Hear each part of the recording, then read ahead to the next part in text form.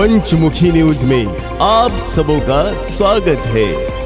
समता मूलक संग्राम दल का प्रेस कॉन्फ्रेंस में क्या बोले मनोज भारती आज इस समय, चलिए आपको बताते हैं।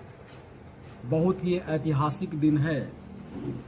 इस ऐतिहासिक दिन पे समता मूलक संग्राम दल के द्वारा प्रेस कॉन्फ्रेंस आयोजित है और जितने प्रेस के साथी इस प्रेस कॉन्फ्रेंस में आए उस सभी को मैं अपनी तरफ से और समता मूलक संग्राम दल की तरफ से सभी को मैं हार्दिक अभिनंदन और स्वागत करता हूं, धन्यवाद करता हूं कि आप लोग ने हमारी बातों को जन जन तक पहुंचाने के लिए यहां तक आए हैं। और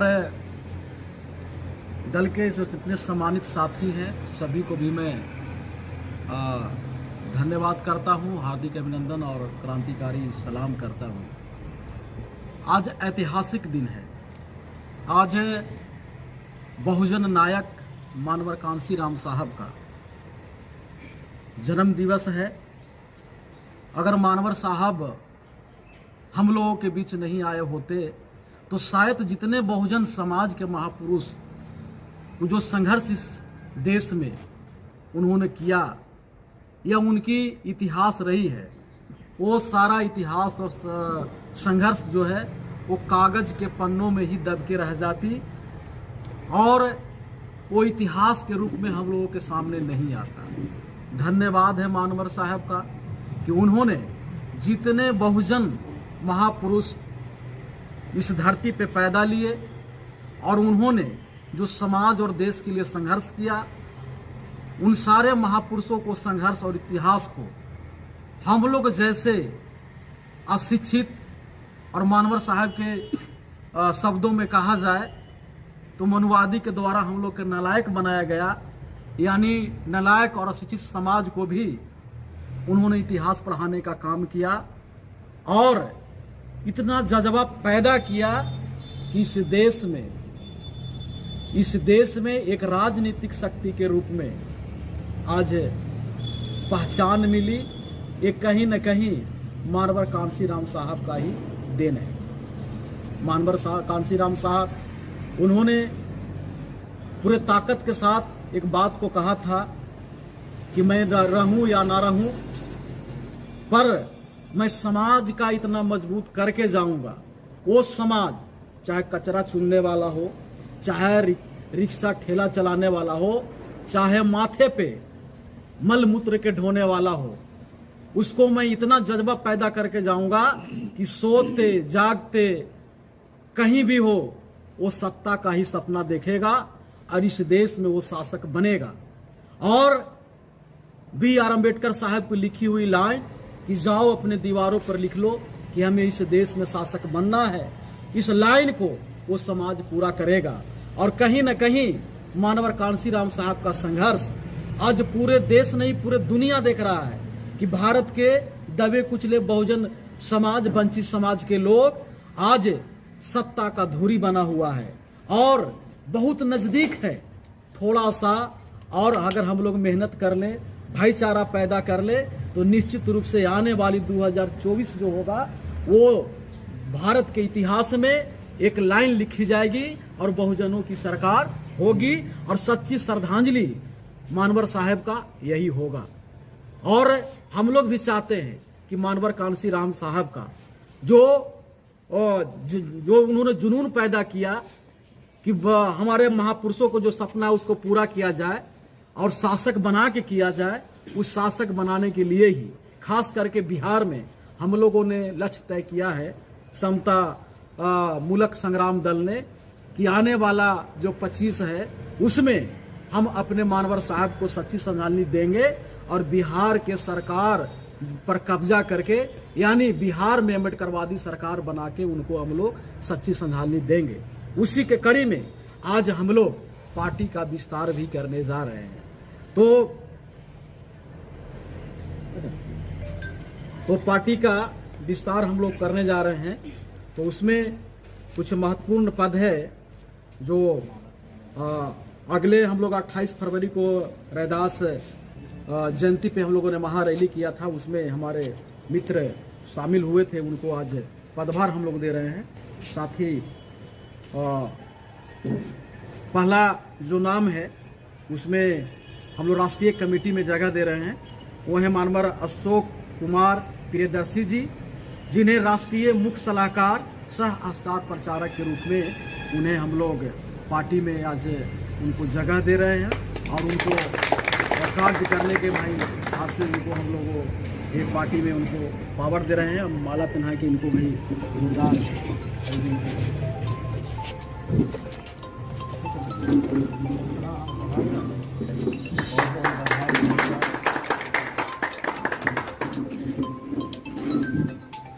वैसे रहिएगा थोड़ा सा भैया जी, आप थोड़ा धार लीजिएगा ना, तो बार दे देंगे ना। ठीक है। और दूसरे हैं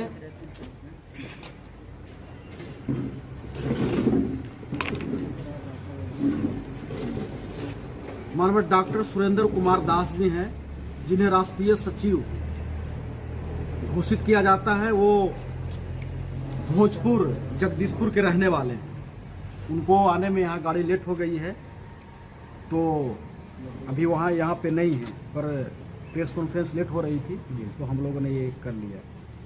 उसके बाद बिहार प्रदेश कमेटी को भी हम लोग विस्तार कर रहे हैं। ये अरविंदर कुमार दास जी हैं, जो 28 तारीख को ही बसपा छोड़ के शामिल हुए थे।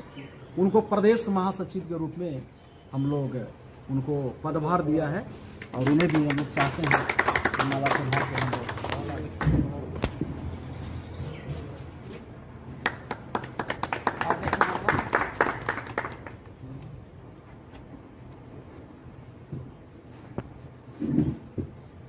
लोग कर रहे हैं।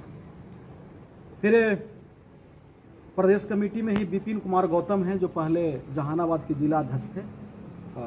थोड़ा उनका पूरे बिहार में वो घूमते रहते हैं, तो भाई उनको जिला अध्यक्ष से हम लोगों ने प्रमोशन किया है। उनको प्रदेश सचिव के रूप में हम लोग उनको जो है वो दे रहे हैं।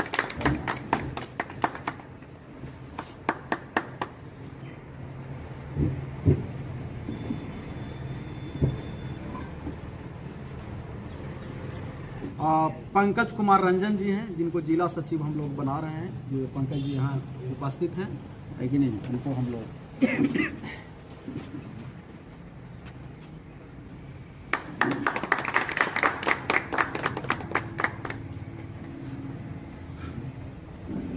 पार्टी की विस्तार जो है 19 मार्च को चमार रेजिमेंट महारैली दाऊद नगर में प्रस्तावित है।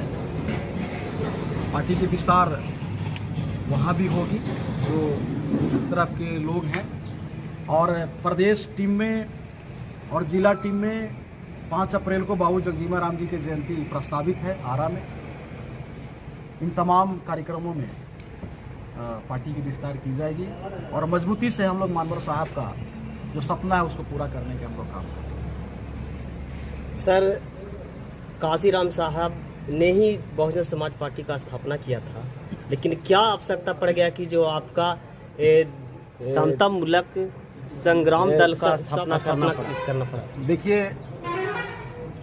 बाबा साहब एक लाइन संविधान लिखने के बाद उन्होंने कहा कि संविधान अगर मजबूत हो, चलाने वाले लोग अगर कमजोर होंगे तो संविधान फेल हो जाएगा। संविधान कमजोर भी हो, चलाने वाला लोग मजबूत होंगे तो संविधान सफल होगा। इसी लाइन को मानवर कांशीराम साहब ने अपने जीवन में उपयोग किया। बाबा साहब की पार्टी रहते हुए मानवर कांशीराम साहब ने पार्टी बनाई।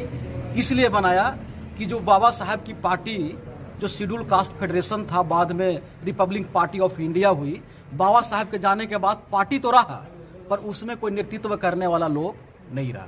बहुजन समाज पार्टी से हमारी कोई शिकायत नहीं है, पर हमें लगता है कि बिहार में कोई लक्ष्य पार्टी का नहीं है। अगर लक्ष्य है तो लक्ष्य के पूर्ति करने के लिए उसका नेतृत्व भी होगा, लेकिन आज तक हम लोगों ने नहीं देखा कि उनका कोई नेतृत्व करता यहाँ है, कोई मुख्यमंत्री का उम्मीदवार हो या उनका ये तय हो कि मैं मुख्यमंत्री का यहाँ लड़ाई लड़ रहा हूँ। यानी बिहार की शासन करने की लड़ाई या सत्ता प्राप्ति की लड़ाई नहीं है। तो हमें लगा कि हमें एक लड़ाई करनी है, तो अलग से लकीर खींचना होगा। क्योंकि मानवर साहब कहते थे कि लकीर के बगैर छुए हुए छोटा बड़ा कर सकते हो, उसको सामने एक नई लकीर खींच दो। तो हमने एक नई लकीर खींचने का काम किया। सर, जो यहाँ पे जो बिहार में अनेकों दल जो हैं जो बहुजन समाज के कहते हैं कि हम बहुजन समाज के दल के रूप में हैं, तो इस तरीक़ा से अगर अनेकों दल बनते रहा तो यहाँ तो बहुजन समाज को बंटवारा हो जाएगा सर। तो आप किस तरीक़ा से सत्ता में जा पाइएगा? नहीं, दल से बंटवारा नहीं होता। अगर दल से बंटवारा होती तो संविधान लिखते वक्त ये ऑप्शन आया था कि भारत के जो चुनाव प्रणाली हो वो 2 दलीय हो या बहुदलीय हो। तो बाबा साहब बहुदलीय के पक्षधर थे। बाबा साहब ने ही बहुदलीय चुनाव लाया है कि नहीं? अगर बाबा साहब के नज़रों में अगर होता कि नहीं 2 दलीय ही होना चाहिए या दल बनने से समाज टूट जाएगा, तो बहुदलीय नहीं लाते। क्योंकि भारत विभिन्न भौगोलिक क्षेत्र है, विभिन्न भाषा है, विभिन्न संस्कृति है ना। एक नेता कोई भी पूरे भारत को नहीं जान पाता है आज के डेट में, है कि नहीं? तो यहाँ क्षेत्रीय दल की भी जरूरत है और राष्ट्रीय दल की भी जरूरत है। अब अगर दल से ही लोग एक हो जाते हैं, एक दल रहने पे सरकार निश्चित है, कहने का मतलब आपका है, तो राष्ट्रीय पार्टी में तो एक ही वो है दलितों की, तो पूरे देश पर दलित एक हो गया क्या? मैं कह रहा हूँ कि करीब करीब 2006 के बाद राष्ट्रीय पार्टी एक ही है। 8 राष्ट्रीय पार्टी में एक दलित की पार्टी राष्ट्रीय है, तो क्या भारत स्तर पर पूरे दलित एक हो गए? नहीं, पार्टी होने से नहीं होगा, नेता होने से हो जाएगा।